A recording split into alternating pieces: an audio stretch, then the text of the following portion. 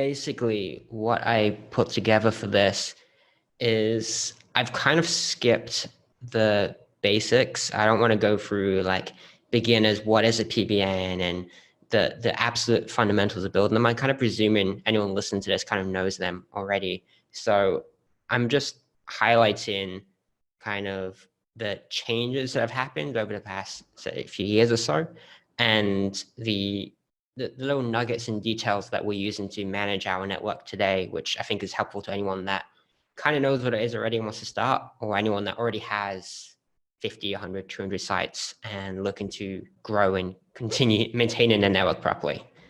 So I hate intros. I really hate everyone like spends like an hour talking about themselves. I don't think you really care. So I'll keep this super short and brief. Obviously, my name is Daryl Rosser. I'm from some absolutely shitty town in the UK. It's just terrible. Don't go there. But some town called Corby in the UK, just crappy. You don't need to know about it. But these days I live in Saigon, Vietnam, which you can see on my camera, I guess. And I started doing SEO 7 years ago now, back in 2013, when some client approached me and just basically asked for SEO. I had no idea what it was or how to do it, but he had money and I wanted money. So I said, yeah. And I bought a course and learned how to do PBNs, which I built my first PBN back in 2013. Today, I'm still using PBNs, and it's kind of changed a little bit, and we'll talk a little bit about that. But I'm definitely obviously doing a lot more outreach link building now, like guest posts and link insertions. But PBNs are still part of the strategy today. And as for who I am, what I do, I think as already mentioned, I sell link services, SEO consulting, courses, and rank my own sites.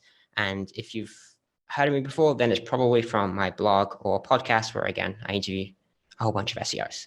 So that's intro, not interesting. Let's go into the actual training stuff that I put together. So I just kind of broke this down by like different parts of PBN. So we've got like domains, hosting, setup, and whatnot. So for domains, should I go full screen? It's probably better than looking at like 10 bullets at once. So for domains, the first thing is like where to buy them. In general, you just want to use auction sites these days. You can buy drop domains, and the difference is if you buy from a drop domain, you can buy it for $10. You can just go to Namecheap, GoDaddy, wherever, and just buy the domain for like $10. The problem is I'll test and find they're much less reliable. Let's go about the word safer here, but reliable, because sometimes they work and sometimes they don't work. Whereas auction domains, if you buy decent ones, they pretty much pass our test every single time. And testing means we link to a site and just make sure it actually works and the rankings actually go up. To make this easier, we use a tool called DomCop, and I'm not personally the one running this tool, thankfully, because honestly, managing PBN sucks, but it's really, really effective if you do it properly. So we have someone in our team that does all this for us, but DomCop makes this easier rather than manually checking all the auction sites yourself, and you can filter in all these different things. In terms of how much it costs you to buy a domain, it depends. It can range anywhere from about $50 to $500, and it depends on the backlink profile, which I think you guys already know, right? In general, you're probably looking at around $100 to $150 per domain, and it just depends how lucky you get. The easiest way of measuring this is to look at the number of do follow links, and I personally only really look at DR 30 plus, so that's Ahrefs domain rating 30 plus. Below that is just shit. It doesn't count. So DR 30 plus, do follow links, at least 20 of those. And obviously the more you have, the more expensive it's going to be. An easy sort of calculation is you can look at how much it's going to cost you to buy those links. And you should obviously be getting it way, way, way, way cheaper when you're buying a site with the links already than just individually buying links. The last point with domains, which is really important, no one used to really do. The old approach used to be to 301 redirect all the old pages to the homepage of the site. And that's just a massive footprint today. And it's just not a good way of doing it. So the best way is you buy a domain, and you're going to find there's going to be a bunch of pages, like, I don't know, but like some random page that exists, some PDF document, whatever. And these pages have links. So especially ones with the most links, you basically want to restore that page entirely from the Wayback Machine. So just copy the content and rebuild it, or create something similar to the content of that page. And then any pages that have fewer backlinks, just redirect them, 301, redirect them to the closest topic page. So basically just capturing all that link juice rather than mass redirecting it, which is a footprint, but still making sure we capture. And you can also obviously include links on that page, either outbound or just internal links to specific posts or anything on your page that contain links. So that's domains. Next is hosting. So again, this is basic. Have a separate hosting account for every site in a single cluster or network. A cluster or network means it links to the same site. So for example, if you have a affiliate site about dogs, because we're talking about that before, and I have a snoring dog on my lap right now, then you can have, say, 15 sites in that network. And if you then want to link to another site, that's fine, but it's still within the same cluster. Whereas if you have another 15 sites, you can host 15 PBN sites. You can host them on the exact same hosting as long as they never link to those same sites. I think I explained that really badly, but separate networks linked to separate sites is the point. Now, the easiest way of doing this is to use a service like bulk buy hosting. Shout out to Kevin there, because you can buy hosting per site for like $2 a month, basically, versus going to, HostGator, Bluehost, Hawkhost, and all those like shitty hosts one at a time, and paying $8, $10, $11 a month for the hosting, which is fine if you have multiple clusters, but sucks otherwise. I think I already made this point. Basically, if you link it to different sites, so you have different networks, then you can obviously host 2-3 PBN sites on a single host, as long as they never link to the same website. So you just kind of separate it off. So an easy way of doing this, you have multiple sites in different niches, and you can have like one PBN for each niche or something like that. And above all, hosting is really easy these days. There's no real issues with it. If you use something like bulk buy hosting, you're good, and there's no real de-indexing or anything that's been happening as a result of this recently. But it's still important that you avoid those cheap, shitty hosts. So a lot of people used to use, I don't know the names, so it doesn't matter, but it's like $1 a month hosts, $2 a month hosts. And if you actually reverse engineered them, he looked at the IP addresses and the name servers of who was on those sites, on those hosts, almost every single site was a PBN or some spammy site, which is just obviously a bad neighborhood. So the point is, you want to hide in plain sight, which is using legit hosts, which aren't necessarily good, but like HostGator and whatnot, which again, you can shortcut that by using bulk buy hosting. Way easier. In terms of setup, here's something that's different to how most people do it. Your PBN site doesn't need to look like a blog. So the traditional PBN is going to be 10 blog posts on the homepage, and they're going to be the full blog post. And the reason for that is that you can include a link, and then the link is obviously remaining on the homepage rather than getting cut out by an excerpt. Now, that works. The problem is it just looks shit, right? So when we build our sites, we build kind of magazine looking sites or local business sites. So anything that looks different to a traditional PBN. So if you look at the site, it just looks like you're on a local business site. But then within that, we have links hidden somewhere, like just added within it. It's not that hidden. Like if you know what you're doing, you can obviously figure out it's a PBN site. But at a quick glance, at least, it's not like PBN within like 2-3 seconds. Whereas if you go on a site and it's got like just an empty theme, barely any content, 10 posts, and every single post has like an outbound link with optimized anchor text, you can tell within half a second it's a PBN site. So we just put that little bit of extra effort into it just to make it look a bit more legit, especially when you're going out there and spending 150, in many cases we spend like, well, not many cases, but in some cases we spend like $500 on a single domain because it's a good domain. So we're not going to throw up a crappy site when we do that. Other basic stuff, mix up plugins and themes. Again, obviously use different plugins all the time, use different themes all the time. Standard stuff, really. And if they don't already have social profiles, then just set up like social profiles with links and stuff like that. Just extra trust signals again. If a site doesn't have that, it's pretty unnatural. And in terms of the content, what we do is we start off the site with around 3,000 to 20,000 words of content.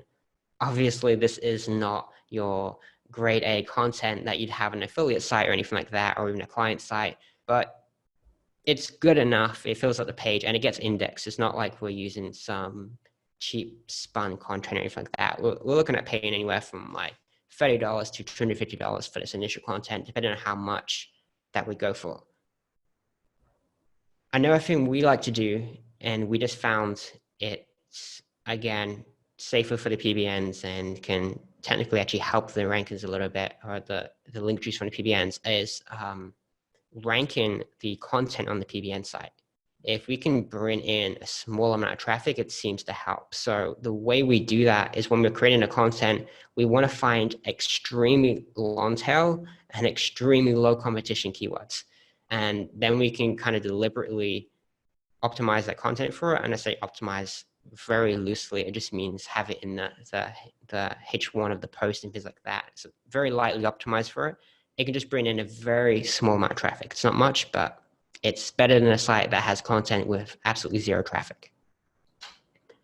My tip for you guys for this is to either use a cheap writing service or just find a bunch of cheap freelance writers. You don't want to hire these guys full time. Again, it just sucks managing a whole bunch of writers, and their job sucks as well for them, right? You have to sit and write articles all day, ranging from like one day it's about dog food, the next day is about CBD, the next day is about something else. That they can't be good writers, and it's just extremely dry, boring work. So you can find people that will pay you $5 to $7 for like 500 words of content, which is good enough, not great, but good enough. And an alternative that's looking like an option these days, but I don't know, we'll play around with it ourselves as well, is like AI writing services that can kind of automatically scrape results and kind of come up with their own attempt to write a content. We'll see how that goes, but something to look into. And the final thing when it comes to setup, I kind of mentioned earlier, is just test the domains first. So before we start linking to our client sites, we want to make sure that the domain is actually good and not toxic. So the way to do that is really simple. Just Google some niche relevant keywords, as in relevant to the niche of the client side, the money site. Find some sites that are at least page 2, maybe further back is great. And those sites ideally basically have 0 links, so 0 optimized links, but 0 links even better to that specific page. Then just build an exact match anchor text and monitor results. And you should see movement in a couple of weeks or so. If it increases, that's great. If it decreases or stays the same, then there's possibly something wrong. But what we usually find is that if that happens, we test again a second time. And usually on the second test, it's going to work. So sometimes for whatever reason, it just doesn't work with that site, but we test a different site and it's fine. It's very rare these days when we're buying good quality, again, auction domains we mentioned previously, that these will fail the test. In most cases they work, but it's still best practice to test anyway. So at this point, we've covered domains, we've covered hosting, we've covered the setup. The next, obviously, linking from the sites. Again, this is really, really simple. Wait until the new content is indexed before linking. So set up the site, get the content indexed, and then when the content is indexed and the site's updated, then you can go ahead and add the links. It's not going to take too long, maybe a couple of weeks or so. And to be honest, if you're building PBN sites, you're not going to build one at a time. You're not going to build one, then slowly wait a few months to build another or anything like that. You're going to go batch and build like 5 to 10, then use them, and then maybe, okay, let's build another 5 to 10 later. So it is fine anyway. You're probably not going to have this issue, but just in case. The other thing is you need to be very careful if you're linking to multiple websites that you don't have a linking overlap, right? There's probably a fancy term for this that someone came up with. I don't know what it is, but just don't overlap too much when you're linking. So if you have, now use an example here, if you have 30 sites and you link to one site, obviously it's just one site, so there's no overlap issue whatsoever. But if those 30 sites then link to 2 different websites, well, 100% of those sites link to the exact 2 websites. And it's not that much of an issue when it's only 2 websites, but if that becomes 3 websites, or 4 websites, or 5 websites, suddenly that is a footprint, right? So what you want to do at most is have maybe like a 30% overlap. So if the first site is linked to from 30 PBNs, then the second one you only really want to link to from 9 PBNs in that same network. Now, 30% is high, but it's not that high in the case of just 30 PBNs. In fact, you probably do more, but it's a good sort of limit to kind of consider. If obviously you have 100 sites in your PBN, then a 30% overlap is quite high. It just depends. But the main point is be cautious of not linking too much to the same sites, because that is a footprint if they all have the exact same links. And then besides that, I mentioned before that I have to use outreach links more now. So for PBNs these days, you can't use 100% PBNs. In the old days, I say the old days, I mean like a few years ago, like not old whatsoever, but the old days, then we just have like all our links PBN. We'd have miscellaneous anchor text. We'd have like all our anchor text diversification, everything on PBNs. These days, that's not going to cut it, because it's just obvious, right? You can sometimes get away with it in local SEO because there's only 5 links or so to rank. But for anything competitive, you need to build a lot more links. And if every single one of your links is from the homepage of a site, that is a massive footprint. So the way we approach this is we're building 80 to 90% of our links, or at least our authority or power links, is going to be outreach links, which is your typical guest posts or link insertions or whatever else. And then only 10 to 20% is going to be your PBNs. Now, the PBNs are going to be the most powerful links. So you might want to use them for your most optimized anchor text, but you just need to be careful not to use it too much. So I'm going to say 10 to 20% of your link profile at most these days. Now, next up is maintaining your network. There's a few different things you can do here. Number one is you need to track the index status. So what that means is if Google suddenly de-index your PBN site, then it's not going to do much for you at this point, unless you can probably play around with it in tiered link building, but that's a whole nother story. But for the most part, if it's de-indexed, it's not going to be any good anymore. So there's 2 ways you do it. One, you could just manually search a site and check it's still indexed. You can also use the site operator to do this. A kind of easy way to monitor this at scale, if you have 30 sites, 50 sites, 100 sites, 1,000 sites, is to put this into a rank tracker. And a rank tracker will obviously check the keyword and consistently check it to tell you the position, right? So it's always going to be number 1. If it suddenly drops off and disappears, or just drops off number 1, then there's probably an issue there. So again, you can just track it that way. Very easy way to kind of monitor lots of sites all at once without having to manually search every single one. Another thing you want to do is monitor the uptime. Now, when you have a lot of sites, there's going to be a lot of issues. And this is where the shitty part of managing a PBN comes in. Setting up a site, not such a big deal. Adding a link, easy enough. Adding content, fine. But what happens when you have 500 sites, for example, is that one of the sites, maybe you forget to renew the domain, or one of the sites you'll forget to update the hosting, or there'll be a billing error and the hosting will go down, or the site will get hacked because WordPress, or no end of different things can happen. And it seems insignificant when you're managing 5 sites. When you're managing a lot more, you manage hundreds, it isn't so insignificant. It's a big hassle. So what you want to do is you want to track uptime. The problem with typical uptime monitors is they only track if the site is online. But what happens if you forget to pay your hosting bill and the site's still online? It just says suspended, right? So the site's still up, but the site's actually not working, right? So the way you can track this is you can use uptime monitors like Uptime Robot, and you can basically check for like a certain word on a page. So you can check that a certain word that's within your content and stuff like that, that's always going to be on the homepage, is on that page. And if the word isn't on the page, then it's going to notify you after, say, an hour, after, say, 3 hours, that the site's offline. And that works because then if the site gets suspended or something, it's still online, but that word is missing. So the only downside of this is if you accidentally remove that word from the page, then obviously you're going to have issues. But that's the most reliable way of doing it. Other things you have to do for maintenance is going to be obviously run your WordPress updates. For the most part, we still use WordPress for these because it's easy, and so many sites are using WordPress now. It's not a footprint whatsoever. You may want to add new content. If you have a really good domain and you haven't touched the site in a few months or so, you may want to just add some new content, update some content, just freshen up the site so it's not just sitting there the same for months and years at a time. You want to check the backlinks also, something most people don't do. If your PBN site has suddenly lost all its links, then there's not really much value to it anymore. So you can keep it, but there's not really much value to it. You might just be wasting time and effort doing all this maintenance and everything on it.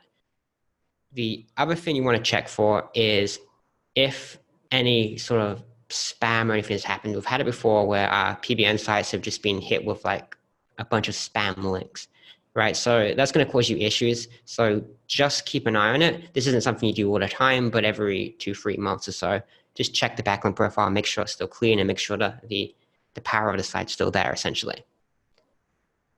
And the other thing is, that may not matter to you guys as much, but for us it matters, especially because we sell links on our network. We just have to manually check every so often that the links are still existing and that the links that have been canceled or anything like that have been removed.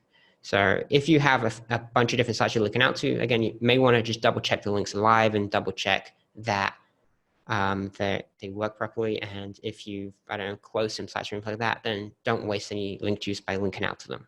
But that part's pretty simple. I don't think most of you guys will have that issue unless you start a link service.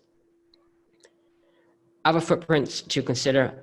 So I think I covered most of the footprints here by proxy of mentioning the solutions to them. But there's a few others that I want to mention that should probably be covered.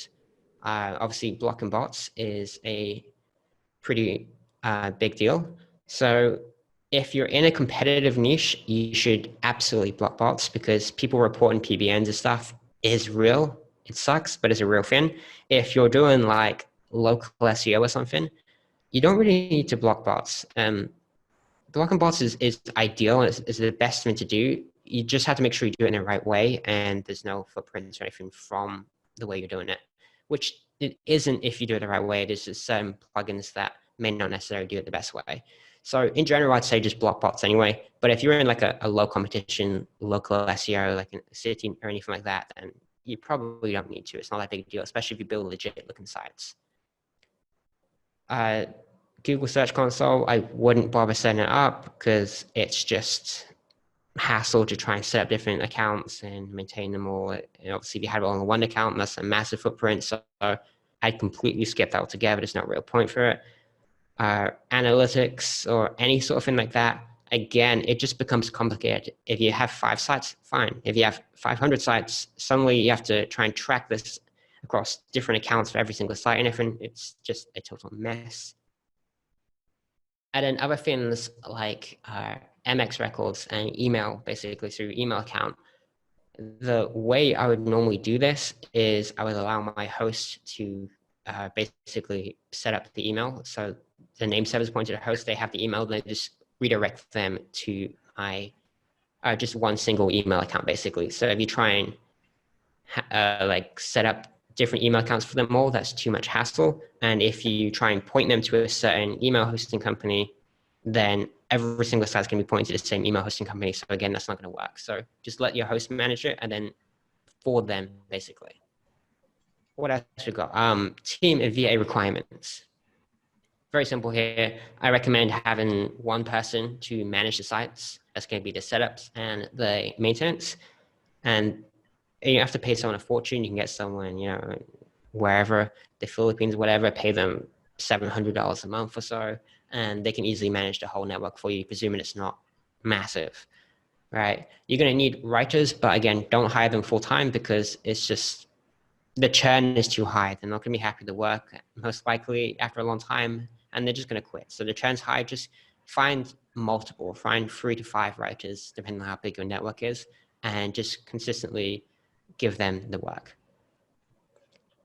Recommendations for using these for anyone who's got this far. So PBNs are still, I mentioned before, the most powerful link. If you're talking about one single type of link, comparing it to, say, guest posts or link sessions, things like that, PBNs are still better by far, as long as you can suck up the major inconvenience and hassle of building and managing a network, which I haven't mentioned enough here. It is so, like I kind of showed you guys what we do. It's a lot of work. So it can be worth it, but just don't underestimate how much work it is. If you're going to do it, I highly recommend you hire someone, like I mentioned before, like a site manager to help you out with this. Another really awesome strategy is city-specific PBNs. So if, for example, you have a agency in, I don't know, London, and all your clients are based in London, then you can build an entire PBN just around London. So every single link your clients get is from a site that used to be a business or something related to London. So it's very, very, very relevant links and strong ideally. So that works really, really well. And in terms of getting links, if you don't want to build and manage a PBN, which again sucks, then you can also just rent links. It can be pretty expensive. So we're not doing rentals anymore because we shifted to tier 2 links and we've put all our focus into that. But rentals can be anywhere from maybe $8 a month per link up to, when we were doing it, our most expensive ones were, I think, around $55 a month for a link.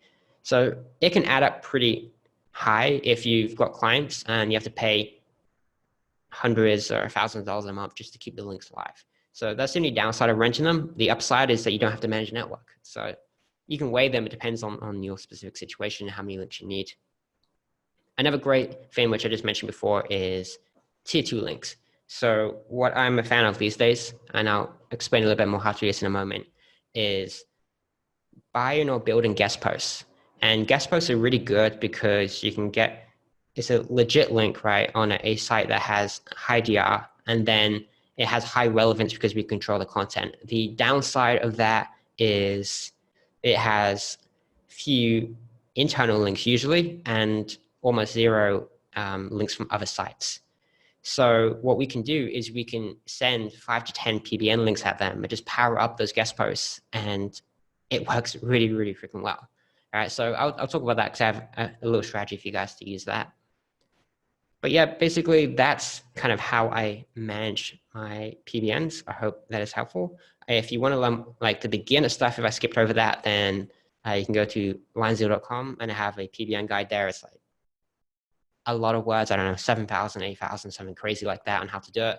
And then you also have a tier 2 PBN link service, which you guys can use, but let me actually show you the strategy for that. All right, so I kind of mentioned it's very, very simple. It's actually way easier than doing PBN. You must look less likely to screw it up, right? So essentially you just go out there and buy or build guest posts. So again, I mentioned previously when looking at backlink profile, I only look at DR30 plus. Even DR30 plus is pretty weak, but DR30 plus at the absolute minimum. And so you're going to get a guest post that's at least DR30 plus. If you're going to power it up, I'd probably go DR45 plus, DR60 plus. Like you want decent links. You're looking at $170 to $350 from my service for that. Other people are pretty comparable, I think.